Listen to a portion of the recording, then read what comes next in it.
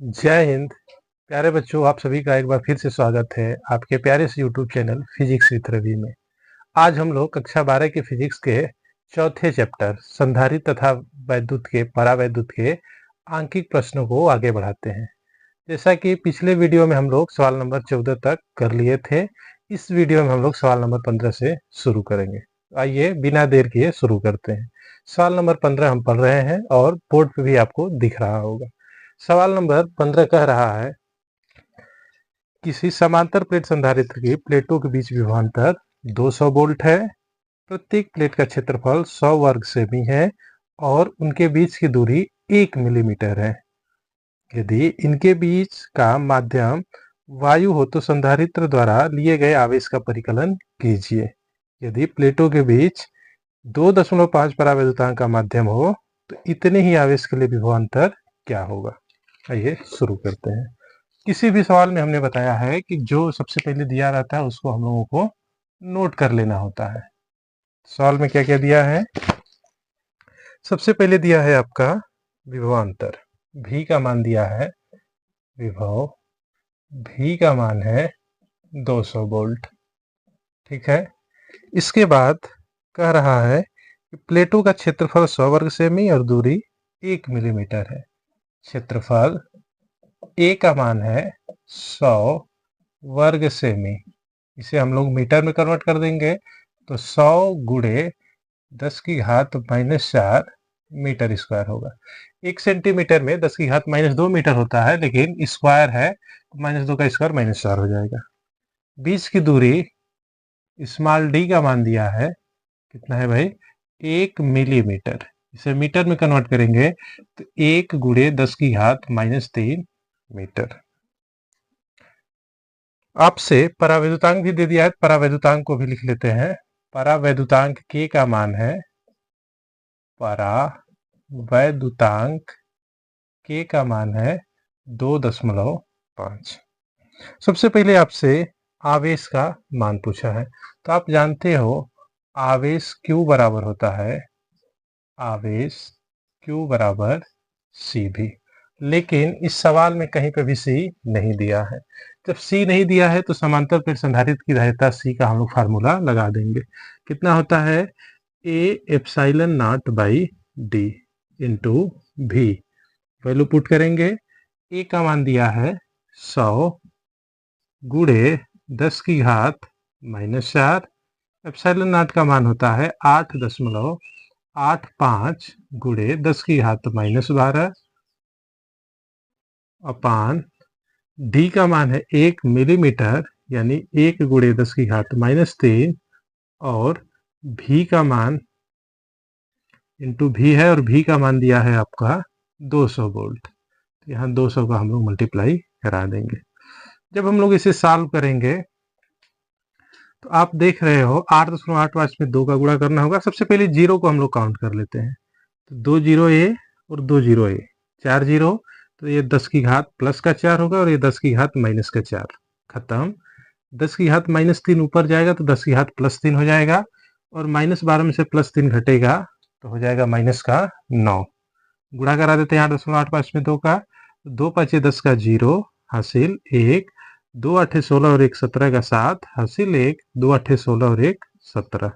2 अंक पे दशमलव है, 2 अंक पे दशमलव लगा देंगे और ये आया है 10 की घात माइनस का 9 कूलम। इसे चाहे तो लिख सकते हैं 1.77 गुणे 10 की घात, एक ठो और बढ़ जाएगा, कितना हो जाएगा ये? -8 कूलम। ये हो जाएगा आपका आवेश का मान। ठीक है, हमने आवेश का मान निकाल लिया। अब इसी सवाल में आपसे पूछा है कि इतने ही आवेश के लिए विभवांतर कितना होगा, तो हमें विभव का भी मान निकालना होगा। ठीक है,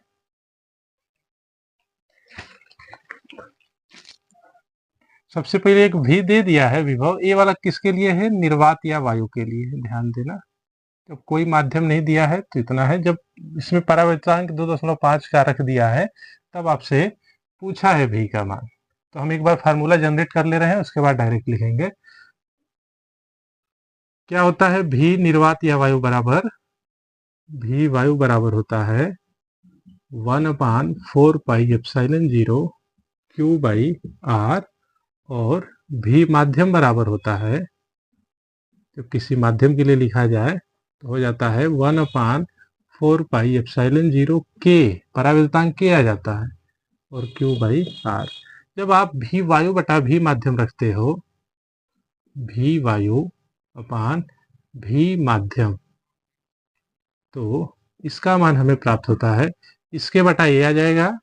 जब इसके बटा में ये करेंगे तो सब कुछ कट जाएगा, हमें क्या मिले, एक बार रख लेते हैं 1/4πε0 क्यू बाई आर, और यहाँ से होगा 1/4πε0 के क्यू बाई आर। सारी वैल्यू कट जा रही है के को छोड़ के, और नीचे भी 1/k है, तो नीचे से कहाँ चला जाएगा, ये ऊपर चला जाएगा। हमें प्राप्त होगा भी वायु बटा में भी माध्यम बराबर के, नीचे से ऊपर चला गया तो के। आपसे माध्यम का ही वैद्युत विभव पूछा है, तो यहाँ से भी माध्यम कितना हो जाएगा, भी माध्यम हो जाएगा, ये फार्मूला आप याद रखोगे, हमने यहाँ पे तो निकाल दिया लेकिन बार बार नहीं निकालेंगे, ठीक है, आप याद रखना इसे। तो भी माध्यम बराबर हो जाएगा, यहाँ से कितना हो जाएगा भाई, भी वायु अपान में के। अब भी वायु दिया है सवाल में 200 वोल्ट, और के का भी मान 2.5 दिया है, तो हम लोग रख लेंगे वैल्यू और भी माध्यम निकाल लेंगे। भी वायु का मान है 200 और के का मान है 2.5। जब हम लोग इसे 200 में 2.5 का भाग देंगे तो कितनी बार जाएगा, 80 बार, उत्तर हो जाएगा 80 वोल्ट, ठीक है। तो माध्यम का जो विभव है वो कितना हो जाएगा, 80 वोल्ट। ये था सवाल नंबर 15। आगे सवाल नंबर 16। सवाल हम पढ़ रहे हैं, बोर्ड पे भी आपको दिख रहा होगा। सवाल नंबर 16 कह रहा है, तांबे की 2 प्लेटों के बीच जिनमें प्रत्येक का क्षेत्रफल 100 सेमी स्क्वायर है, एक कागज रखा है, कागज की मोटाई 0.005 सेमी और उसका परावैद्युतांक 2.5 है। यदि कागज 5 × 10⁵ वोल्ट पर सेमी वैद्युत क्षेत्र सहन कर सकता है तो अधिकतम वोल्टता ज्ञात कीजिए जिससे कि संधारित्र आवेशित किया जा सकता है। संधारित्र में कितना आवेश एकत्र होगा। ये सवाल काफी अच्छी है, लगा रहे हैं हम लोग। हमने बताया किसी भी सवाल में जो वैल्यू दी रही है उसको सबसे पहले नोट कर लेना है, और उसी से हमें पता चलेगा कि कौन सा फार्मूला लगाना है या किस प्रकार से सॉल्व करना है। तो यहाँ पे सबसे पहले सवाल में आपका दिया है प्लेटों के बीच का क्षेत्रफल दिया है।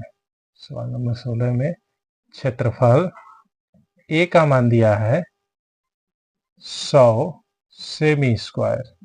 इसे फिर से हम लोग मीटर में स्क्वायर में बदल देंगे तो ये आ जाएगा आपका 100 × 10⁻⁻4 मीटर स्क्वायर।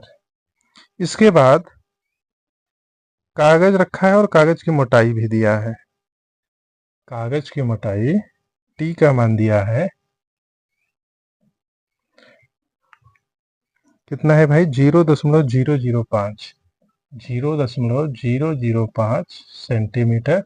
इसे मीटर में बदल देंगे तो 0.005 × 10⁻² मीटर, या और सही से लिख लेंगे तो ये हो जाएगा आपका 5 × 3 0 और बढ़ जाएंगे 10⁻⁻5 मीटर, ठीक है।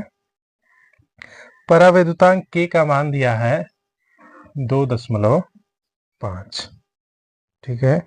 आगे कह रहा है वैद्युत क्षेत्र भी दिया है, तो वैद्युत क्षेत्र ई का मान दिया है, ये कितना है, 5 × 10⁵5 वोल्ट प्रति सेंटीमीटर। जब ये सेंटीमीटर में दिया है तो इसे भी हम लोग मीटर में कन्वर्ट कर लेते हैं। इसका मान हो जाएगा, सेंटीमीटर नीचे आएगा, 1 सेंटीमीटर 10⁻² मीटर, और नीचे से जब वो ऊपर चला जाएगा तो हो जाएगा 5 × 10⁻+7, नीचे तो -2 होगा, ऊपर चला जाएगा तो प्लस का 2 हो जाएगा, और यहाँ से ऑलरेडी प्लस का 5 है तो 5 और 2 हो जाएगा 7 वोल्ट प्रति मीटर। आपसे अधिकतम वोल्टता पूछा है, तो वोल्टता V बराबर, हम लोग फार्मूला जानते हैं E इंटू डी। ठीक है, यहाँ से D का मान हम लोग D या T का मान रख लेंगे। जो D होगा वो T होगा, क्योंकि यहाँ पे जो भी ये संधारित्र है इसमें पूरी तरह से परावैद्युत पदार्थ भरा गया है। ठीक है, तो जितना D होगा उतना ही T हो जाएगा। तो D रखे चाहे T रखे, बात एक ही है। फार्मूला आप जानते हो, V बराबर होता है E इंटू डी। E का मान है 5 गुणे 10 की घात 7 और D का मान है 5 गुणे 10 की घात -5।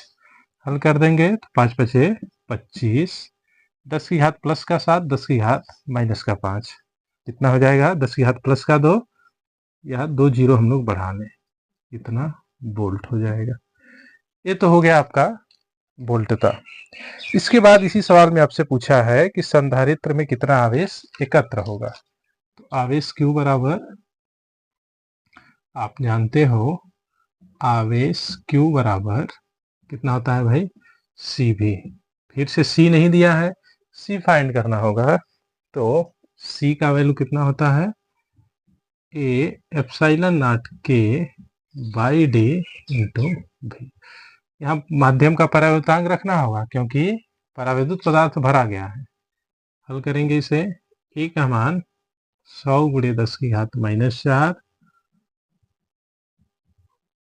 एप्सिलॉन नॉट का मान थोड़ा सा हम इधर लिख रहे हैं यहाँ पे, K का मान 100 गुणे 10 की घात -4, एप्सिलॉन नॉट का मान 8.85 गुणे 10 की घात -12 और K का मान 2.5। साथ ही V का मान हम लोग रख लेते हैं। V का मान कितना दिया है, V का मान आया है 2500 वोल्ट, 2500, और D का मान यहाँ पे 5 गुणे 10 की घात 5। जब हम लोग इसे सॉल्व करेंगे तो आप देख रहे हो 5 से इसको काट लेते हैं, 25 25 हम 625 हो जाएगा। 5 कितनी बार में कटेगा, 5 एक कम 5, 3 बचा 38 हो गया, 5 साते 35, फिर 5 साते 35, 1.77, और 25 में 25 का गुणा किया हमने तो 25 25 में हो गया 625। एक अंक पे हमने दशमलव लगा दिया। अभी जीरो को काउंट नहीं कर रहे हैं हम लोग, यहाँ 2 जीरो और 2 जीरो, 2 और 2 कितना हो जाएगा 4 जीरो, यानी 10 की घात प्लस का 4 होगा, प्लस का 4 माइनस का 4 खत्म हो जाएगा। आगे 10 की घात -5 ऊपर जाएगा तो 10 की घात प्लस का 5, और ये 10 की घात माइनस का 12 हो जाएगा 10 की घात माइनस का 7। अब 1.77 में हम लोग 62.5 का जब मल्टीप्लाई कराएंगे तो हमें प्राप्त होगा, कितना हो जाएगा भाई, 1.1 गुणे 10 की घात -5। जब हम लोग इसका इसमें गुणा कराएंगे तो हमें मिलेगा 1.1 गुणे 10 की घात -5 कूलाम। गुणा आप करा लोगे, इस प्रकार आवेश इतना हो जाएगा और वोल्ट था 2500 वोल्ट। ये था सवाल नंबर 16। आगे सवाल नंबर 17। एक आध सवाल थोड़ा बड़ा हो जा रहा है तो आप इसे बहुत ही ध्यान से समझेंगे, ध्यान से समझने का प्रयास करें, सारी सवालें समझ में आएंगी। सवाल नंबर 17 कह रहा है, एक समांतर प्लेट संधारित्र की प्लेटों का व्यास 8 सेमी है, प्लेटों के बीच वायु भरी है, यदि संधारित्र की धारिता 100 सेमी त्रिज्या के गोले की धारिता के समान हो तो इसकी प्लेटों के बीच की दूरी की गणना कीजिए। आपसे प्लेटों के बीच की दूरी डी का मान पूछा है, हल कर लेंगे इसे भी।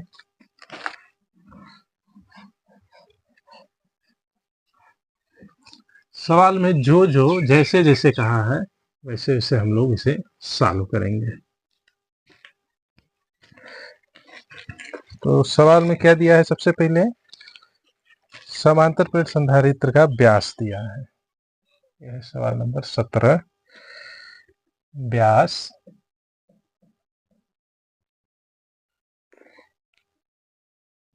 कितना दिया है भाई, 8 सेमी। तो त्रिज्या कितनी हो जाएगी? त्रिज्या आर का मान हो जाएगा 8 का आधा 4 सेंटीमीटर, यानी 4 गुणे 10 की घात -2 मीटर। इसके बीच वायु भरी है और इसकी जो धारिता है वो 100 सेमी त्रिज्या के गोले की धारिता के समान है। इसकी जो धारिता है, धारिता जो C है वो इक्वल है किसके? 100 सेमी त्रिज्या का गोला है उसकी धारिता के समान है। तो गोले की भी त्रिज्या लिख लेते हैं। गोले की त्रिज्या, इससे पहले इसकी धारिता लिखते हैं। लिखेंगे समांतर प्लेट संधारित्र की धारिता। संधारित्र की धारिता, समांतर प्लेट संधारित्र की धारिता C का मान कितना होता है भाई? आप जानते हो A epsilon naught by D। कहीं पे भी परावैद्युत पदार्थ की बात नहीं किया है तो हम लोग K का मान इसमें नहीं रखेंगे। अब गोले की भी त्रिज्या दिया है। गोले की त्रिज्या, गोले की त्रिज्या को हम लोग स्मॉल a से लिखते हैं और इसका मान है 100 सेंटीमीटर या 100 गुणे 10 की घात -2 मीटर। कह रहा है समांतर प्लेट संधारित्र की धारिता इस गोले की धारिता के समान है। लिखेंगे प्रश्नानुसार समांतर प्लेट संधारित्र की धारिता, समांतर प्लेट संधारित्र की धारिता बराबर है, किसके बराबर है? गोले की धारिता। गोले की धारिता, दोनों का मान हम लोग रख देंगे। समांतर प्लेट संधारित्र की धारिता है A epsilon naught by D और गोली चालक की धारिता होती है 4 पाई एप्सिलॉन नॉट A। यहाँ कहीं पे भी समांतर प्लेट संधारित्र का प्लेटों का क्षेत्रफल नहीं दिया है तो हम लोग क्षेत्रफल रख देंगे। कितना हो जाएगा? Pi r square.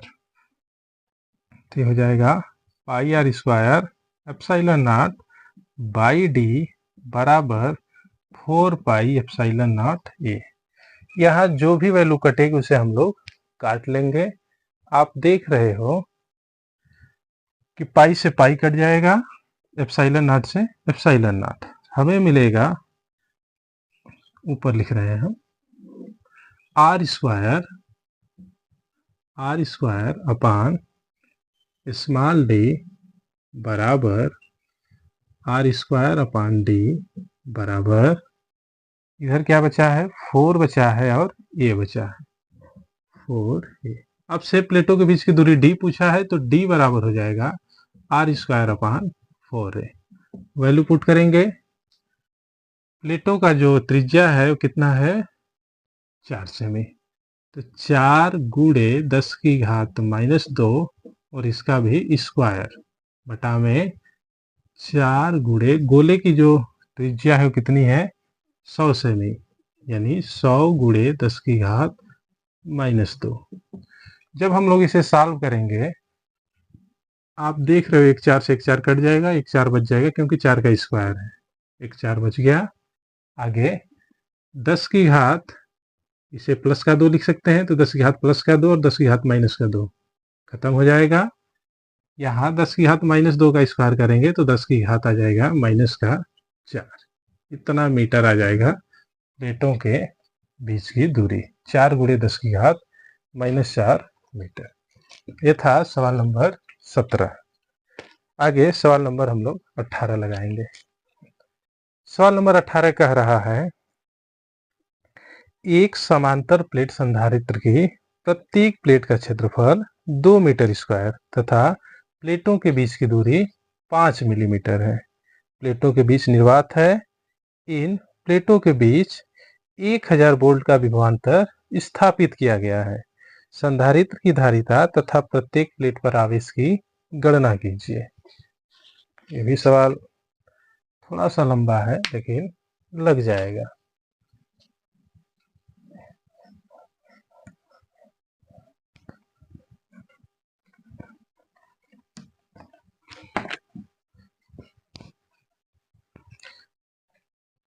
आइए देखते हैं सवाल नंबर 18।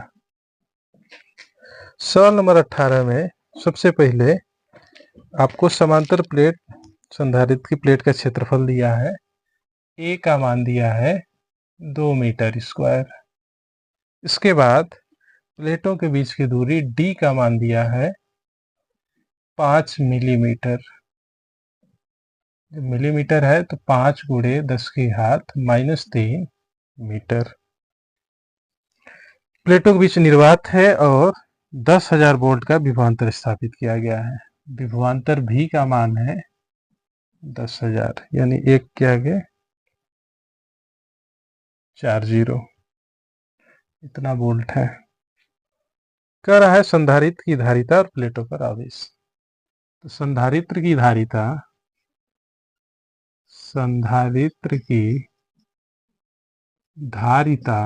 C बराबर होता है, कितना होता है, A epsilon naught by D। हल कर देंगे इसे। A का मान 2, एप्सिलॉन नॉट का मान 8.85 गुणे 10 की घात -12 और D का मान है 5 मिलीमीटर, अर्थात 5 गुणे 10 की घात -3। इसे हम लोग हल कर देंगे। तो 5 से इसको काटेंगे तो कितनी बार में कटेगा ये, 1.77 बार में। 10 की घात -3 ऊपर गया तो 10 की घात +3, ये हो जाएगा 10 की घात -9। +3 -12 -9 हो जाएगा। अब 1.77 में 2 का मल्टीप्लाई कराते हैं। 2 7 14 का 4 हासिल 1, 2 7 14 और 1 15 का 5 हासिल 1, 2 1 कम 2 और 1 3, 3.54 गुणे 10 की घात -9 फैराड। धारिता हो जाएगी 3.54 गुणे 10 की घात -9 फैराड। इसी सवाल में आपसे विभव भी पूछा है, तो आवेश भी पूछा है। तो आवेश Q बराबर होता है, आवेश Q बराबर CV। C का मान हमने निकाला 3.54 गुणे 10 की घात -9 और V का मान है 10,000। इसे सॉल्व करेंगे तो आ जाएगा 3.54 और ये 4 जीरो इसमें से कम हो जाएगा, 10 की घात -5 कूलम। ये हो जाएगा आपका आवेश का मान। ठीक है, ये था सवाल नंबर 18। आगे सवाल नंबर 19।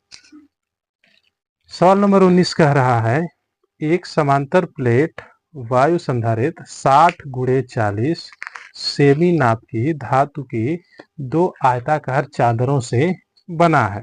चादरों के बीच की दूरी 4 मिलीमीटर और उनके बीच में 60 गुणे 40 सेमी 5 मिलीमीटर माप की एक विद्युत रोधी प्लेट रखी है, जिसका परावैद्युतांक 7 है। इस संधारित्र को 200 वोल्ट पर आवेशित करने के लिए कितने कूलम वैद्युत आवेश की आवश्यकता होगी। ठीक है, इसे भी हम लोग लगा लेंगे। सवाल थोड़ा सा घुमाया फिराया है, लेकिन लग जाएगा। किसी भी सवाल से आपको घबराना नहीं है।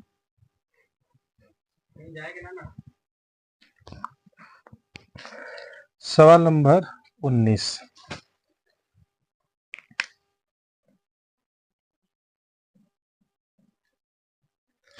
सबसे पहले दिया है समांतर प्लेट, इसका क्षेत्रफल दिया है समांतर प्लेट संधारित्र का।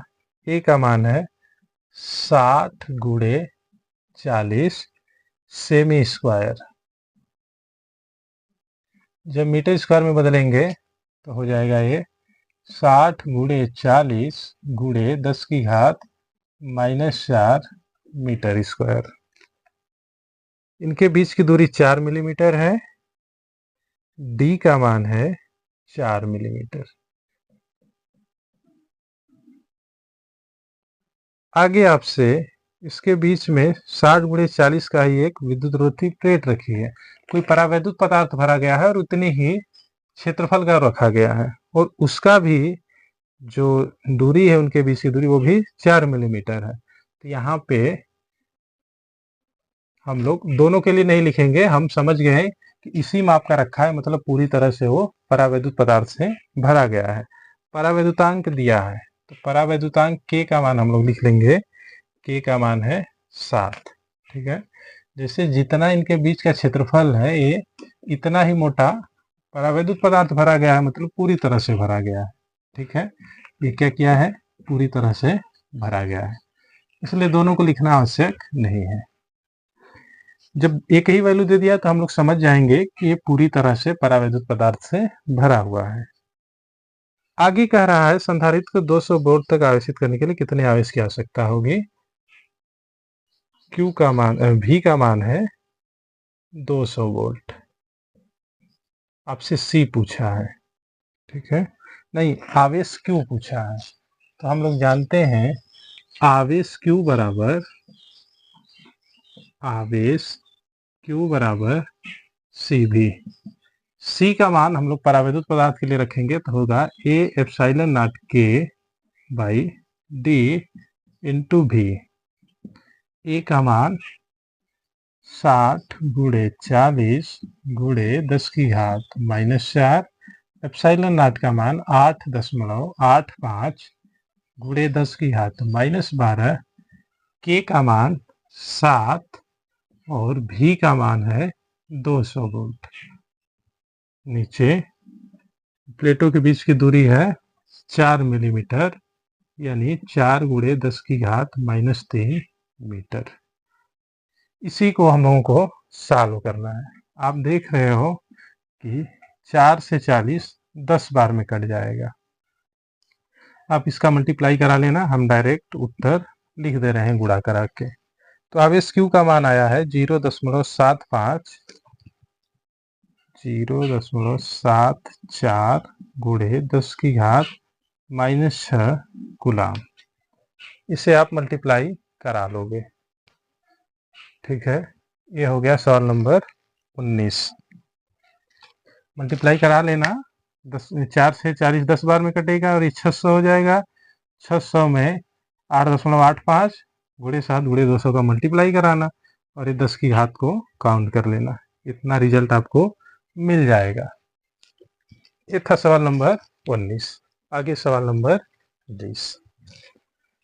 सवाल नंबर 20 कह रहा है एक समांतर प्लेट वायु संधारित्र की प्लेटों का क्षेत्रफल 100 सेमी स्क्वायर है और इनके बीच की दूरी 5 मिलीमीटर है। इसकी प्लेटों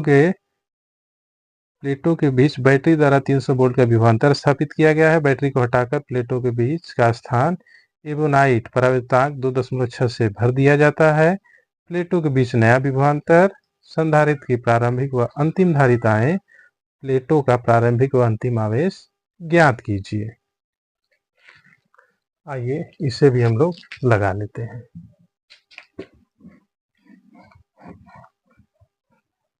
सवाल थोड़ा सा बड़ा है। सवाल नंबर 20।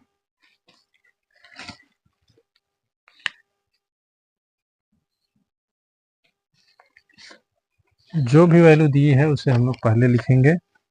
सवाल नंबर 20 में क्षेत्रफल A का मान दिया है। A का मान है 100 सेमी स्क्वायर। 100 सेमी स्क्वायर मतलब 100 गुणे 10 की घात -4 मीटर स्क्वायर। D का मान दिया है, प्लेटों के बीच की दूरी D का मान है 5 मिलीमीटर। 5 मिलीमीटर अर्थात 5 गुणे 10 की घात -3 मीटर। कह रहा है 300 वोल्ट विभवांतर द्वारा स्थापित किया गया इसमें। तो V का मान दिया है, ये आपका वायु या निर्वात के लिए है। कितना है ये, 300 वोल्ट। अब कह रहा है कि बैटरी को हटाकर प्लेटों के बीच एवोनाइट भर दिया जाता है, जिसका परावैद्युतांक K का मान दिया है 2.6। कह रहा है प्लेटों के बीच नया विभवांतर ज्ञात कीजिए। नया विभवांतर आपका V माध्यम पूछा है, ये आपसे पूछा है। अभी हमने निकाला V वायु और V माध्यम में रिलेशन। क्या आया था, V वायु बटा में V माध्यम बराबर कितना आया था, K। तो यहाँ से भी माध्यम का मान आ जाएगा भी वायु बटा में के। भी माध्यम बराबर होगा भी वायु बटा में के। भी वायु का मान है 300 वोल्ट और के का मान है 2.6। इसी को हम लोग सॉल्व कर लेंगे तो आ जाएगा ये 3000 बटा में 26। जब 3000 में हम लोग 26 का भाग देंगे तो हमें प्राप्त होगा 115 वोल्ट। ठीक है, ये तो हो गया आपका विभव का मान। इसी सवाल में आगे कहा है कि संधारित्र का प्रारंभिक व अंतिम धारिता है, मतलब परावैद्युत पदार्थ भरने से पहले धारिता और परावैद्युत पदार्थ भरने के बाद धारिता। ठीक है, लिखेंगे प्रारंभिक धारिता, प्रारंभिक धारिता C बराबर होता है A epsilon naught by D. Value रख देंगे। ए का मान है 100 गुणे, इधर लिखते हैं 100 गुणे 10 की घात -4। एप्सिलॉन नॉट तो होता है 8.85 गुणे 10 की घात -12 और डी का मान 5 गुणे 10 की घात -3। इसे सॉल्व करेंगे तो हमें प्राप्त होगा 5 से 8.85 1.77 बार में कट जाएगा और 10 की घात को देख लेते हैं।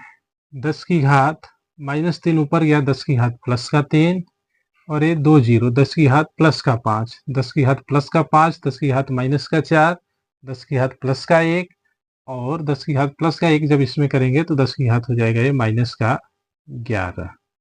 इतना हो जाएगा फैराड। आपसे नई धारिता पूछा है तो नई धारिता यानी माध्यम वाली धारिता। ठीक है, ये है आपका सी वायु या निर्वात का। नई धारिता सी निर्वात का कितना मान हो जाएगा? सी निर्वात का मान होगा के इंटू सी वायु। आप जानते भी हो और यह फार्मूला निकाला भी गया है। ठीक है, इसी प्रकार जैसे हमने भी का निकाला था वैसे सी का भी निकाल लेंगे। यहाँ पे सी जब माध्यम करेंगे तो सी माध्यम बराबर हो जाएगा ए एप्सिलॉन नॉट के ए बाई डी।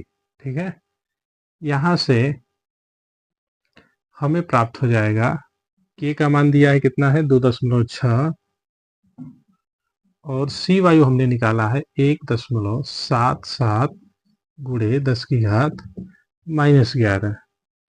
यहाँ जब हम लोग 1.77 में 2.6 का मल्टीप्लाई कराएंगे तो हमें प्राप्त होगा 4.6 गुणे 10 की घात -11। 4.6 गुणे 10 की घात -11 फैराड। ये हो गया आपका नई धारिता। दूसरा इसी में लास्ट में ये भी पूछा है कि प्लेटों पर प्रारंभिक और अंतिम आवेश पृष्ठ घनत्व। ठीक है, आवेश पृष्ठ घनत्व आप निकाल लोगे, आपको सारी चीजें पता है। ठीक है, पृष्ठीय आवेश घनत्व सिग्मा बराबर होता है Q अपान A। तो पहले हम लोग Q निकालेंगे तो Q बराबर सी भी यहाँ से निकलेगा, फिर दूसरा Q बराबर सी भी यहाँ से निकलेगा। ठीक है, आप निकाल लेना। सवाल नंबर 21 कह रहा है यदि उपरोक्त प्रश्न में बैटरी संधारित्र से जुड़ी है तब विभिन्न प्रश्नों के उत्तर क्या होंगे। इसे भी आप लोग अपने से करोगे। सवाल नंबर 22 पे पहुंचते हैं। सवाल नंबर 22 कह रहा है 3 संधारित्र जिसमें प्रत्येक की धारिता 3 माइक्रोफैराड है श्रेणी क्रम में जोड़े गए हैं। संयोजन की तुल्य धारिता ज्ञात कीजिए। समांतर क्रम में जोड़ने पर तुल्य धारिता कितनी होगी। अब सवालें आसान हो गई हैं और छोटी छोटी भी हैं तो हम लोग इसे भी लगाएंगे।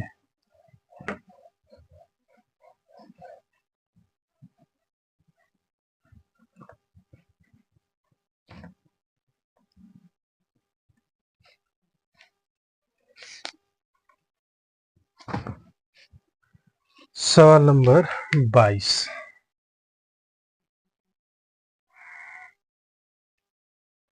3 संधारित्र हैं C1 C2 C3। तो C1 का मान है, तीनों का मान है 3 माइक्रोफैराड।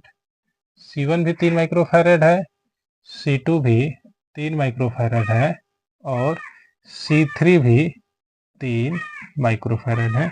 कह रहा है कि ये तीनों किस क्रम में जोड़े गए हैं? श्रेणी क्रम में जोड़े गए हैं और तुल्य धारिता इन्हें श्रेणी क्रम में जोड़ दिया गया, यानी इस प्रकार से जोड़ा गया है। ये है आपका C1, ये है C2 और ये है C3। तो आप जानते हो श्रेणी क्रम में तुल्य धारिता, श्रेणी क्रम में तुल्य धारिता C बराबर होता है, सॉरी 1/C बराबर होता है 1/के C1 plus 1/के C2 plus 1/के C3। यहाँ से 1/C बराबर होगा 1/C1 का मतलब 1/3 प्लस 1/3 प्लस 1/3। आधार समान है तो 1 प्लस 1 प्लस 1 यानी 1/C का मान होगा 3/3, या यहाँ से C का मान हो जाएगा 1 माइक्रोफैरड। तो श्रेणी क्रम में जो तुल्य धारिता आएगी वो आएगी 1 माइक्रोफैरड।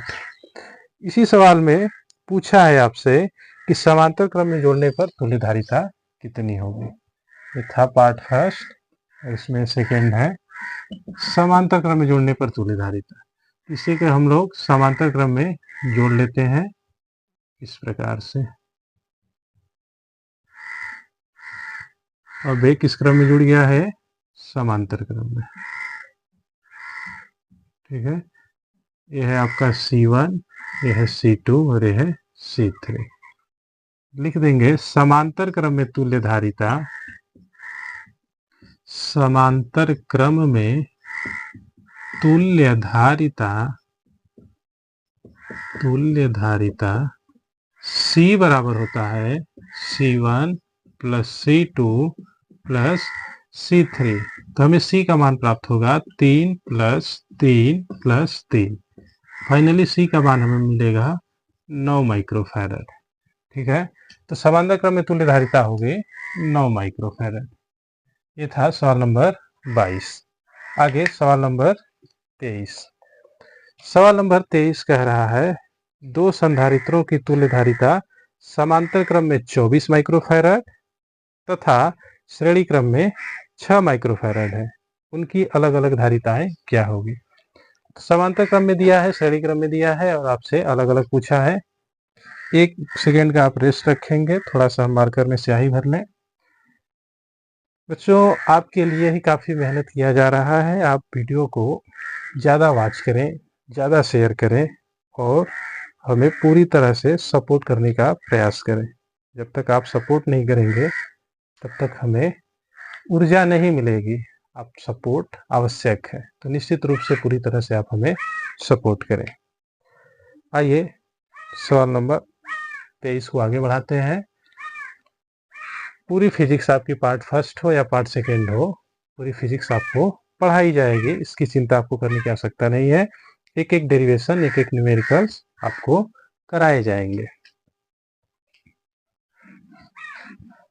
बस आप अपने तरफ से पूरी तरह से सपोर्ट करते रहें। सवाल नंबर 23 में कह रहा है कि समांतर क्रम में जो तुल्य धारिता है वो 24 माइक्रोफैरड है। समांतर क्रम में तुल्य धारिता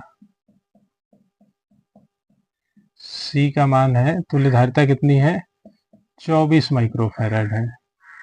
और श्रेणी क्रम में कितना है भाई? श्रेणी क्रम में तुल्य धारिता है, तुल्य धारिता का मान है कितना है? 6 माइक्रोफैरड है ना, यह है आपका 6 माइक्रोफैरड। अब से दोनों का अलग अलग मान पूछा है। तो आप जानते हो समांतर क्रम में तुल्य धारिता होता है C बराबर C1 प्लस C2। यहाँ से C का मान है 24 माइक्रोफैरड, तो C1 प्लस C2 का मान हो जाएगा 24। हम माइक्रोफैरड में ही रहने देते हैं, उत्तर जो भी आएगा वो माइक्रोफैरड में आ जाएगा। समीकरण नंबर 1। श्रेणी क्रम में क्या होता है भाई? श्रेणी क्रम में श्रेणी क्रम में होता है 1/c बराबर 1/c1 प्लस 1/c2। यहाँ से 1/c का मान हो जाएगा 1/6 बराबर, इसको भी सॉल्व करते हैं। C2 का यहाँ मल्टीप्लाई होगा तो C2 प्लस C1 का एक में मल्टीप्लाई तो C1, और नीचे हो जाएगा C1 इंटू C2। यहाँ से C1 C2 का मान हो जाएगा, C1 C2 का मान हमें प्राप्त होगा 6 into C1 plus C2, 6 into C1 plus C2, या C1 C2 हमें मिल जाएगा 6 गुणे C1 C2 का मान कितना है 24। ठीक है, ये बन जाएगा समीकरण नंबर 2। अब 1 और 2 की सहायता से हमें C1 और C2 के अलग अलग मान निकालने हैं। हम जानते हैं C1 माइनस C2 का होल स्क्वायर बराबर C1 प्लस C2 का whole square, C1 plus C2 का whole square minus 4C1 C2। हल करेंगे, C1 प्लस C2 का मान है 24, तो 24 का स्क्वायर माइनस 4 गुणे C1 C2 का मान है 6 गुणे 24, 6 गुणे 24, तो 24 माइनस 24 तो 0 आ जाएगा। इसका मान कितना आ जाएगा 0। C1 माइनस C2 का जो होल स्क्वायर है इसका मान आ गया 0। कैसे 0 आ गया है, आप देख रहे हो 24 का स्क्वायर है, और यहाँ 6 का गुणा 4 में करेंगे तो 24 गुणे 24, ये भी 24 का स्क्वायर हो जाएगा, तो 24 के स्क्वायर में से 24 का स्क्वायर जाएगा 0 आ जाएगा। या C1 माइनस C2 बराबर 0 होगा, या C1 बराबर हो जाएगा C2। C1 बराबर C2 है, C1 प्लस C2 24 है, तो निश्चित रूप से C1 12 माइक्रोफैरड होगा और C2 भी आपका 12 माइक्रोफैरड होगा, क्योंकि दोनों का योग कितना होना है 24 माइक्रोफैरड। इस प्रकार सवाल नंबर 23 भी लग गया। आगे सवाल नंबर 24। सवाल नंबर 24 कह रहा है कि दो परिवर्ती संधारित्रों में प्रत्येक की धारिता 10 पिकोफैरड लेकर 500 पिकोफैरड तक बदलती है। इनके संयोजित करके कम से कम व अधिक से अधिक धारिता प्राप्त कर सकते हैं। मतलब ये कह रहा है कि 10 पिकोफैरड से लेकर 500 पिको तक फैरड बदली जा सकती है, तो संयोजित करके कितना कम से कम और कितना अधिक से अधिक हम लोग प्राप्त कर सकते हैं। तो पता ही है, श्रेणी क्रम में जोड़ेंगे तो कम से कम प्राप्त होगा, और समांतर क्रम में जोड़ेंगे तो अधिक से अधिक प्राप्त होगा। ठीक है, इसे आप लोग लगा लेंगे।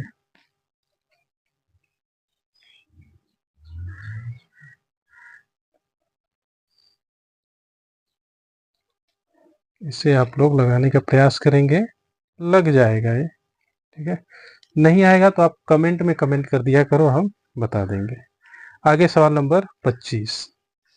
सवाल नंबर 25 कह रहा है कि 100 माइक्रोफैरड का समांतर प्लेट संधारित्र 400 वोल्ट तक आवेशित है। यदि इसकी प्लेटों के बीच की दूरी आधी कर दें तो प्लेटों के बीच नया विभवांतर क्या होगा, और इसकी संचित ऊर्जा में क्या परिवर्तन होगा। तो आपको पता है कि जैसे ही बीच की दूरी आधा करते हैं विभव भी आधा हो जाता है। एक पहले इस सवाल में बताया जा चुका है, फिर भी हम बता दे रहे हैं।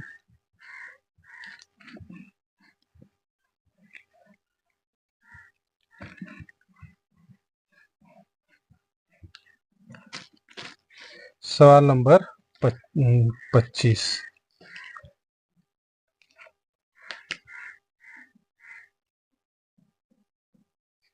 सवाल नंबर 25 में आपका दिया है 100 माइक्रोफैरड, यानी धारिता का मान दिया है। धारिता C का मान है 100 माइक्रोफैरड, अर्थात 100 गुणे 10 की घात -6 फैरड। कह रहा है कि 400 वोल्ट तक ये आवेशित है। V का मान है विभव, V का मान 400 वोल्ट। आगे कह रहा है कि प्लेटों के बीच की दूरी आधा कर दे तो नया विभवांतर लिखेंगे। चूंकि v बराबर होता है E इंटू डी, जब आप दूरी आधा करोगे तो निश्चित रूप से v भी आधा हो जाएगा। लिखेंगे दूरी आधा करने पर, दूरी आधा करने पर विभव भी v बराबर E इंटू डी से आधा हो जाएगा, आधा हो जाएगा। अतः नया विभवांतर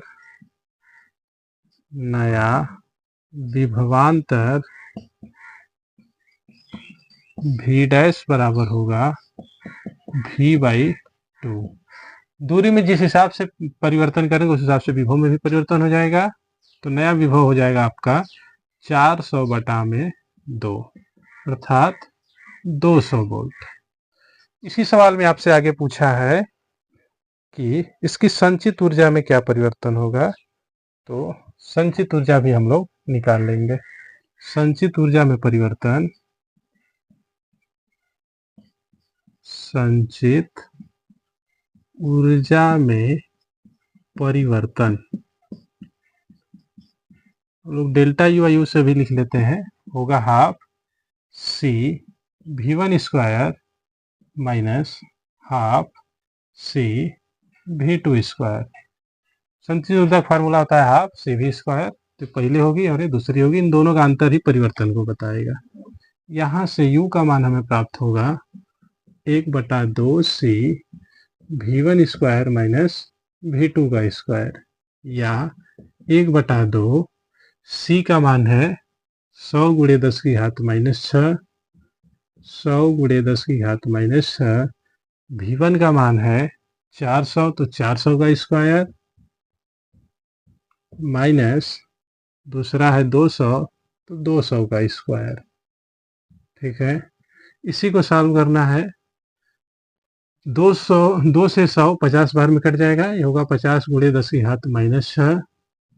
400 का स्क्वायर 1600 और 200 का स्क्वायर 400, तो 1600 में 400 घट जाएगा तो आ जाएगा 1200। हल करेंगे, 12 × 5 = 60, 2 0 ये और 1 0 ये, 3 0 और बढ़ जाएंगे और 10⁻⁻6 या 6 × 10⁻⁻2 जूल। कितने हो जाएंगे? 6 × 10⁻⁻2 जूल। ये ऊर्जा में इतना परिवर्तन हो जाएगा। ठीक है, ये था सवाल नंबर 25। आपसे नई ऊर्जा भी पूछता तब भी हम लोग यहां से निकाल लेते हैं। ठीक है, ये था सवाल नंबर 25। आगे सवाल नंबर 26। सवाल नंबर 26 कह रहा है 3 संधारित्र जिनमें प्रत्येक की धारिता 4 माइक्रोफैराड है, एक वैद्युत परिपथ में इस प्रकार जोड़े गए हैं कि संयोजन की तुल्य धारिता 6 माइक्रोफैराड है। चित्र द्वारा संयोजन को प्रदर्शित कीजिए और अपने उत्तर का कारण स्पष्ट कीजिए।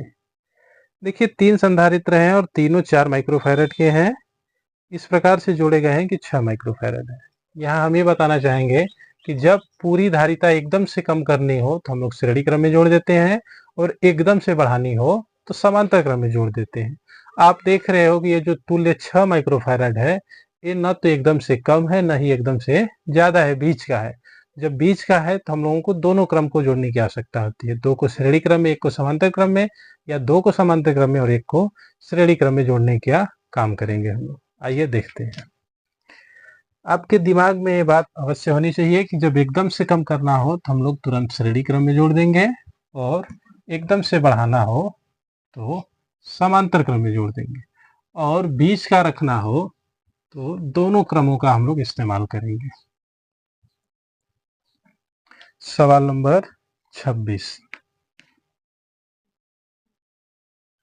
C1 भी है 4 माइक्रोफैराड, C2 भी है आपका 4 माइक्रोफैराड और C3 भी है 4 माइक्रोफैराड। अब से तुल्य धारिता C का मान निकालना है। तुल्य धारिता C का मान कितना निकालना है? 6 माइक्रोफैरड। तो आप देख रहे हो 6 न तो बहुत कम है ना ही बहुत ज्यादा है। ऐसी स्थिति में हम लोग दोनों क्रमों का इस्तेमाल करेंगे। क्या करते हैं, दो को हम लोग श्रेणी क्रम में जोड़ देते हैं और एक को समांतर क्रम में। कुछ इस प्रकार से फिगर बन जाएगा। दो को तो हमने श्रेणी क्रम में जोड़ दिया और इसी के समांतर क्रम में हम एक जोड़ देंगे। ये होगा आपका 4 माइक्रोफैरड, ये भी होगा 4 माइक्रोफैरड और नीचे वाला भी होगा 4 माइक्रोफैरड। एक बार निकाल के देख लेते हैं क्या ये सही है। तो यहाँ से जब इनका तुल्य निकालेंगे, इन दोनों का जो श्रेणी क्रम में है, तो 1/C बराबर होगा 1/4 प्लस 1/4, 2/4 यानी 1/2। तो C का मान यहाँ से हो गया 2 माइक्रोफैरड। अब 2 माइक्रोफैरड या 4 माइक्रोफैरड समांतर क्रम में होंगे, तो इनका जो परिणामी होगा C डैश बराबर C1 + C2 यानी 2 + 4 कितना जाएगा? 6 माइक्रोफैरड। एकदम सही है। ठीक है, तो हमें दो संधारित्रों को श्रेणी क्रम में और एक को समांतर क्रम में जोड़ना होगा। कारण में एक दो लाइन ये लिख सकते हैं कि जब संधारित्र की तुल्य धारिता का मान एकदम से बढ़ाना हो तो समांतर क्रम में जोड़ते हैं, और जब एकदम से घटाना हो तो श्रेणी क्रम में जोड़ते हैं। क्योंकि 6 माइक्रोफैरड ना तो सबसे ज्यादा है ना ही सबसे कम है, इसलिए हम लोग दोनों क्रमों का इस्तेमाल करेंगे। ठीक है, ये था सवाल नंबर 26। आगे सवाल नंबर 27। सवाल नंबर 27 कह रहा है 3 माइक्रोफैरड धारिता वाले 3 संधारित्रों को किस प्रकार जोड़ा जाए कि तुल्य धारिता 2 माइक्रोफैरड हो जाए। ठीक है, आप देख रहे हो कि 2 3 के बहुत करीब है। एकदम से कम हो जाता तो हम लोग तुरंत श्रेणी क्रम में जोड़ते, और एकदम से ज्यादा हो जाता तो समांतर क्रम में जोड़ते। यहाँ पे भी आप देख रहे हो कि दोनों क्रमों का हम लोगों को इस्तेमाल करना होगा। अब की बार C1 का मान है 3 माइक्रोफैरड, C2 का भी मान है 3 माइक्रोफैरड और C3 का भी मान है 3 माइक्रोफैरड। ठीक है, आपसे तुल्य धारिता पूछा है 2 माइक्रोफैरड। तुल्य धारिता का मान कितना है? 2 माइक्रोफैरड। कभी भी ध्यान रखना, श्रेणी क्रम हमेशा घटाता है और समांतर क्रम हमेशा बढ़ाता है। तो आप देख रहे हो कि जो 2 है वो 3 से कम है, तो क्या करेंगे, पहले तो बढ़ाएंगे और फिर एकदम से घटा देंगे। तो बढ़ाने के लिए समांतर क्रम और घटाने के लिए श्रेणी क्रम लिखेंगे। किस प्रकार जोड़ा जाए, तो 2 को हम लोग पहले समांतर क्रम में जोड़ देते हैं, पहले बढ़ा देते हैं। 2 को हमने किस क्रम में जोड़ दिया? समांतर क्रम में। और अब 1 को किस क्रम में जोड़ दें? श्रेणी क्रम में।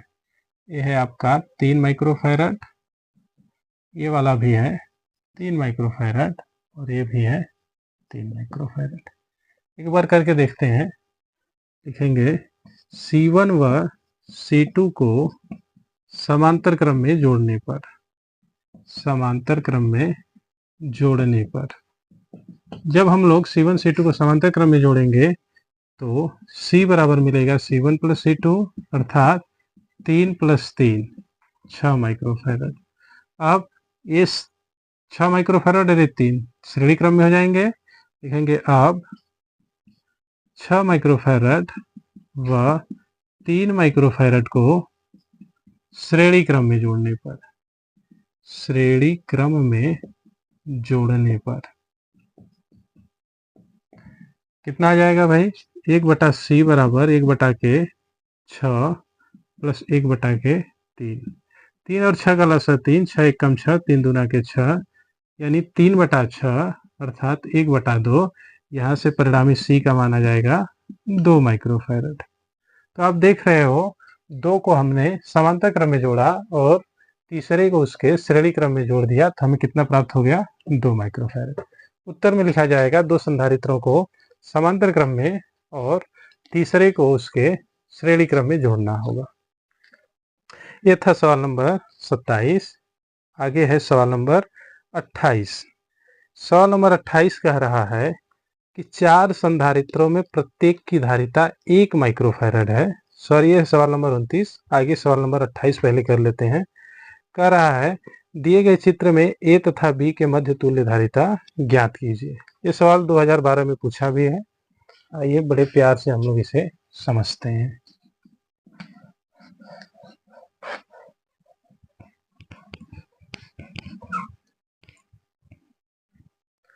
सवाल नंबर 28। फिगर कुछ इस प्रकार से है। फिगर आपको सवाल में बोर्ड पे भी दिख जाएगा। इसमें यहाँ पे ए है, यहाँ पे बी है और यहाँ पे सी है। ये है आपका 6 माइक्रोफैरड, नीचे है 3 माइक्रोफैरड और यहाँ पे है 2 माइक्रोफैरड। आपसे ए बी के बीच तुल्य धारिता पूछा है। ए और बी के बीच तुल्य धारिता पूछा है, इसके और इसके बीच तुल्य धारिता पूछा है। जिसके जिसके बीच तुल्य धारिता पूछे उसको सबसे पहले पकड़ने की कोशिश करो। ए का सिरा पकड़ लो और बी का सिरा पकड़ लो। तो आप देख रहे हो ए और बी को जैसे ही हम पकड़ेंगे तो ए बी के बीच दो रास्ते हैं। एक तो ये है कि ए से आप बी के पास ऐसे आ जाओ और एक है कि ऐसे आ जाओ। जब दो रास्ते हो गए अलग अलग तो निश्चित रूप से समांतर क्रम हो जाएगा। जब एक ही रास्ता मिले तो श्रेणी क्रम और अलग अलग रास्ते मिले तो समांतर क्रम। आप देख रहे हो ए और बी के बीच दो रास्ते हैं तो निश्चित रूप से दोनों समांतर क्रम में होंगे। यहाँ आप देख रहे हो जब आप इस रास्ते से आओगे बी के पास तो आपको दो एक ही रास्ते में मिल रहे हैं, 6 माइक्रोफैरड और 3 माइक्रोफैरड। तो ये दोनों एक ही रास्ते में होने के कारण किस क्रम में हो जाएंगे? श्रेणी क्रम में हो जाएंगे। लिखेंगे चूंकि 6 माइक्रोफैरड व 3 माइक्रोफैरड श्रेणी क्रम में है, श्रेणी क्रम में है। जिनके जिनके बीच कहे उन सिरों को पकड़ लो। आपको इस सिरे को और इस सिरे को पकड़ लेना है। अब इस दोनों सिरों के पास एक से दूसरे के बीच पहुंचने में जितने भी रास्ते हैं वो रास्ते ही बताएंगे कि श्रेणी क्रम है या समांतर क्रम। अलग अलग कई रास्ते हैं तो समांतर क्रम, एक ही रास्ते हैं तो श्रेणी क्रम। तो एक ही रास्ते में आप देख रहे हो 6 और 3 पढ़ रहे हैं, इसलिए किस क्रम में हो गए? श्रेणी क्रम में। तो तुल्य धारिता होगा, इनकी तुल्य धारिता होगा कितना हो जाएगा भाई? श्रेणी क्रम का होता है 1/c बराबर 1/c1 प्लस c2, 1/6 प्लस 1/3। हल करेंगे इसे तो 1/c बराबर होगा 3 6 का लसा 6, 6 1 कम 6, 3 दूना के 6, 2 और 1 3, 3/6 यानी 1/2। यहाँ से c का मान हो जाएगा 2 माइक्रोफैरड। अब इन दोनों का परिणामी कितना आ गया है? 2 माइक्रोफैरड। कितना आ गया है भाई? 2 माइक्रोफैरड। दोनों श्रेणी क्रम में थे, हमने इनका परिणामी निकाल दिया, कितना आ गया? 2 माइक्रोफैरड। ये वाला 2 माइक्रोफैरड और इधर वाला 2 माइक्रोफैरड किस क्रम में हो जाएंगे? समांतर क्रम में हो जाएंगे। लिखेंगे अब 2 माइक्रोफैरड और 2 माइक्रोफैरड समांतर क्रम में है। किस क्रम में है भाई? समांतर क्रम में है। जब समांतर क्रम में है तो परिणामी तुल्य धारिता होगा, परिणामी तुल्य धारिता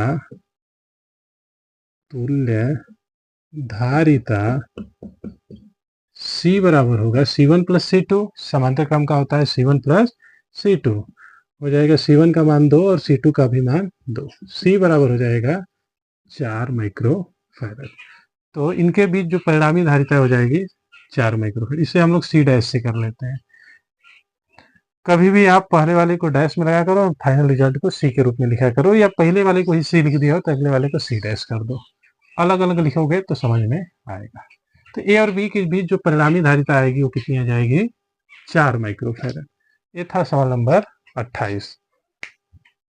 2 सवाल और हम लोग जल्दी से कर लेते हैं, फिर अगले वीडियो में करेंगे। सवाल नंबर 29 बोर्ड पे आपको दिख रहा होगा। इसमें कुल 4 सवाल हैं, चारों को अलग अलग निकालना है। तो इसमें से आप कहिए तो 1 2 हम बता दें, बाकी आप निकालोगे। सवाल नंबर 29 कह रहा है कि 4 संधारित्रों में प्रत्येक की धारिता 1 माइक्रोफैरड है। आप इन्हें किस प्रकार संयोजित करेंगे कि तुल्य धारिता 0.75 माइक्रोफैरड हो। दूसरा 4/3 माइक्रोफैरड हो, तीसरा 1 माइक्रोफैरड हो और चौथा 2.5 माइक्रोफैरड हो। तो चारों के लिए हम फिगर बना दे रहे हैं, आप समझ जाएंगे। ठीक है, हमने बता दिया है कि एकदम से घटाना हो तो श्रेणी क्रम, एकदम से बढ़ाना हो तो समांतर क्रम, घटने में जितना भी धारिता उसकी एकदम करीब रखना हो कम में तो पहले समांतर क्रम फिर श्रेणी क्रम, और बढ़ने वाले के एकदम करीब रखना हो तो पहले श्रेणी क्रम फिर समांतर क्रम। जैसे समझिए आपके पास 3 धारिता है, 2 है, 3 है, 4 है। आपसे कह दिया कि परिणामी 1 हो या 2 से कम हो तो किस क्रम में जोड़ेंगे? श्रेणी क्रम में। ठीक है, परिणामी कितना हो? 1 हो, यानी 2 से कम हो तो श्रेणी क्रम में, या और भी कम हो, दशमलव में हो, जैसे 0.75 हो तो श्रेणी क्रम में। कह दे कि 2 के करीब हो, 1.5 हो या 1 हो, है ना, जब 2 के एकदम करीब बताए तो कितना करेंगे? पहले पहले कर देंगे समांतर क्रम में और फिर कर देंगे श्रेणी क्रम में। जैसे आपको तुल्य धारिता 1 लाना हो तो पहले समांतर, पहले क्या करेंगे? समांतर, और फिर क्या कर देंगे? श्रेणी। मतलब एकदम से कम ना करना हो तो पहले समांतर और फिर श्रेणी। मान लीजिए एकदम से बढ़ाना हो, है ना, एकदम से बढ़ाना हो, जैसे 4 से ज्यादा कर देना हो, 8, 9, 10, परिणामी 8 कर देना हो या 9, 10 कर देना हो तो किस क्रम में कर देंगे हम लोग? समांतर क्रम में कर देंगे। ठीक है, और मान लीजिए कि आपको एकदम से नहीं बढ़ाना है, 4 के इर्द गिर्द रखना है, 5 रखना है या 5.5 रखना है, मान लीजिए 5 से ही रखना है तो श्रेणी पहले श्रेणी पहले श्रेणी और फिर समांतर, इस प्रकार से करना है। मतलब एकदम से बढ़ाना हो तो समांतर, एकदम से घटाना हो तो श्रेणी, छोटे वाले के पास रखना है तो पहले समांतर फिर श्रेणी, और बड़े वाले के पास रखना है तो पहले श्रेणी और फिर समांतर। ये हो गया आपका एक तरीका, इससे आप पहचानोगे, करोगे। तो चारों के फिगर हम बना दे रहे हैं, आप समझ जाना। सवाल नंबर 29, 4 है, ये है आपका परिणामी C का मान है 0.75 माइक्रोफैरड। B है आपका, B का मान है 4/3 माइक्रोफैरड। C है आपका 1 माइक्रोफैरड, और D है आपका, D में है 2.5 माइक्रोफैरड। इन चारों के लिए हम फिगर बना दे रहे हैं, आप देख लेना। पहले के लिए हम लोग इस प्रकार से फिगर बनाएंगे।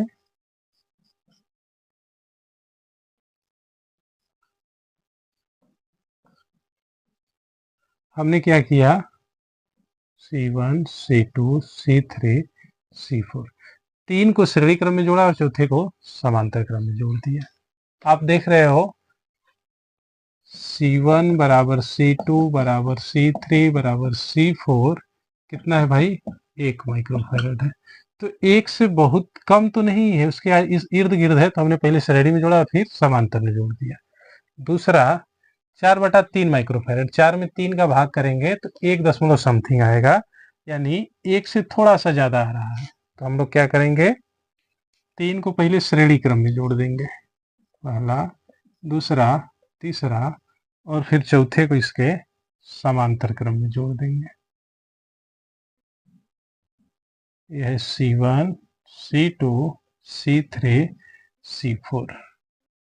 तीसरे वाली स्थिति में न तो बहुत कम है न तो बहुत ज्यादा है, 1 है, तो हम लोग 2 को श्रेणी में और 2 को समांतर में इस प्रकार से जोड़ देंगे। 2 को हमने क्या किया है? श्रेणी क्रम में जोड़ा है, और इनका परिणामी किस में आ जाएगा? ये समांतर क्रम में आ जाएगा। और चौथे वाली स्थिति के लिए कुछ इस प्रकार से फिगर बनेगा।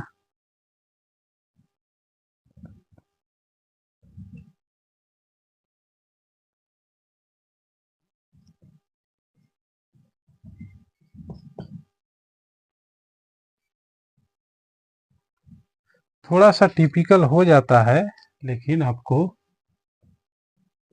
प्रयास करते रहना है, धीरे धीरे समझ में आ जाएगा। ये चारों के लिए कुछ इस प्रकार से थे फिगर, आप इन्हें नोट कर लो। ये था सवाल नंबर 29 और अब लास्ट में सवाल नंबर 30, बाकी हम लोग अगले वीडियो में करेंगे। कह रहा है 3 माइक्रोफैरड और 6 माइक्रोफैरड संधारित्र की धारिताओं को इस प्रकार संयुक्त कीजिए कि तुल्य धारिता 5 माइक्रोफैरड है। आप देख रहे हो 5 जो इसमें सबसे ज्यादा धारिता अच्छा उसके करीब है। तो इस स्थिति में हम लोग क्या करेंगे, जब एकदम कम होता पहले समांतर फिर श्रेणी जोड़ते हैं, जब एकदम लास्ट वाले के करीब है, ज्यादा वाले के करीब है, तो पहले क्या करेंगे, श्रेणी क्रम में जोड़ देंगे और फिर समांतर क्रम में जोड़ देंगे। आइए सवाल नंबर 30 भी हम लोग लगा लेते हैं।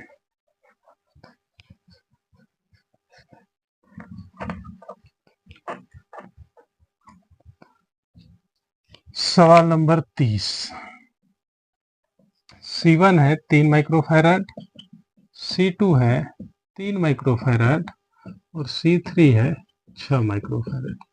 C का मान निकालना है 5 माइक्रोफैरड। पूछा है किस क्रम में जोड़ा है, तो ये जो 5 है 6 के काफी करीब है, बहुत ज्यादा नहीं है, इसलिए हम लोग क्या करेंगे, 2 को श्रेणी क्रम में और बाकी को समांतर क्रम में जोड़ेंगे। हम 3 और 3 को किस क्रम में जोड़ दिए, श्रेणी क्रम में। यह आपका 3 माइक्रोफैरड और ये भी है 3 माइक्रोफैरड, और इन दोनों के समांतर में हम जोड़ देंगे एक 6 माइक्रोफैरड। कुछ इस प्रकार से फिगर होगा, एक बार सॉल्व करके हम लोग देख लेंगे। C1 C2 कितना है, श्रेणी क्रम में है, लिखेंगे C1 व C2 श्रेणी क्रम में है। श्रेणी क्रम में है तो 1/C बराबर होगा 1/3 प्लस 1/3, ये हो जाएगा आपका 2/3। तो C का मान हो जाएगा 3/2। सॉरी, फिगर थोड़ा सा गलत हो गया है, यहाँ पे 6 रहेगा और यहाँ पे 3 रहेगा। 3 और 6 श्रेणी क्रम में है, तो हो जाएगा 1/3 प्लस 1/6। इनका जब हम लोग परिणामी निकालेंगे तो आ जाएगा ये 6, 3 दूना के 6, 6 एकम 6, 3/6, या C का मान हो जाएगा 2 माइक्रोफैरड।